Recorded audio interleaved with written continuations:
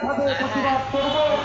সেই সাথে আমরা আমাদের বর্তমান সরকার প্রধান, রাষ্ট্রপ্রধান তাদেরকে আহ্বান জানাবো, এদেশের কোটি কোটি মুসলমানের হৃদয়ের ভাষা আপনারা বোঝার চেষ্টা করুন। আপনারা কূটনৈতিক ভাবে তৎপরতা চালান, ভারতের কূটনীতিককে ডেকে এদেশের মুসলমানদের মনের কথা তাদের সামনে উপস্থাপন করুন। ভারত রাষ্ট্রীয়ভাবে এই অবমাননাকারী রামগিরি এবং নীতিশ রায় যারাই এখানে ভূমিকা রেখেছে এবং ভারতের ভোট তারাও এই অবমাননার পক্ষ অবলম্বন করেছে। অতএব প্রত্যেকের বিরুদ্ধে যথাযথ রাষ্ট্রীয় ব্যবস্থাপনা গ্রহণে আমি ভারতকে বাধ্য করব।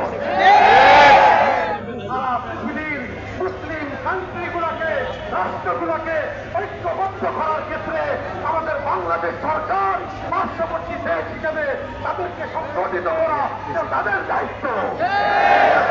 আমাদের রাষ্ট্রের যারা এখন দায়িত্বে আছেন তারা এই দায়িত্ব পালনে সচেষ্ট হবে। সেই সাথে বিশ্ব মুসলমানের সংগঠন ওআইসির যারা নেতৃত্বে রয়েছেন তাদের প্রতি আহ্বান জানাবো, সারা বিশ্ব মুসলিমকে যদি ঐক্যবদ্ধ করে ভারতের উপরে চাপ প্রয়োগ করা হয় তাহলে তারা তাদের স্বার্থেই এই বিষয়ে ব্যবস্থা গ্রহণ করতে বাধ্য হবে ইনশাআল্লাহ। আগামী দিনে আল্লাহ রাসূলের ইজ্জত রক্ষায় যে কোনো কর্মসূচি আমাদের মুরব্বিয়ানে কেরামের পক্ষ থেকে, জাতীয়ভাবে হেফাজতে ইসলাম বাংলাদেশের পক্ষ থেকে ঘোষণা করা হবে। আমরা সেই সকল কর্মসূচি সফলভাবে বাস্তবায়নে আজকের মতো ইনশাআল্লাহ স্বতঃস্ফূর্ত অংশগ্রহণ করব।